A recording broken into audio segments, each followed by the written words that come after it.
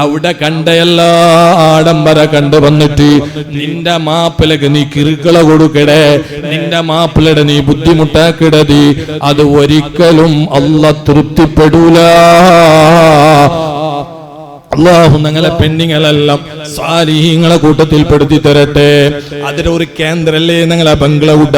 സുബ്ഹാനല്ലാഹ്, ഇവിടെ 100-150 പെൺമക്കൾക്ക് പഠിപ്പാട്ടരുത്. ലിഫ്റ്റിക്ക് ഇടുകല്ല, അല്ല ഏതെങ്കിലും രൂപത്തിൽ മുടി കട്ടാക്കുകയല്ല. ആ പെണ്ണിങ്ങൾക്ക് പഠിപ്പാട്ടരുത്.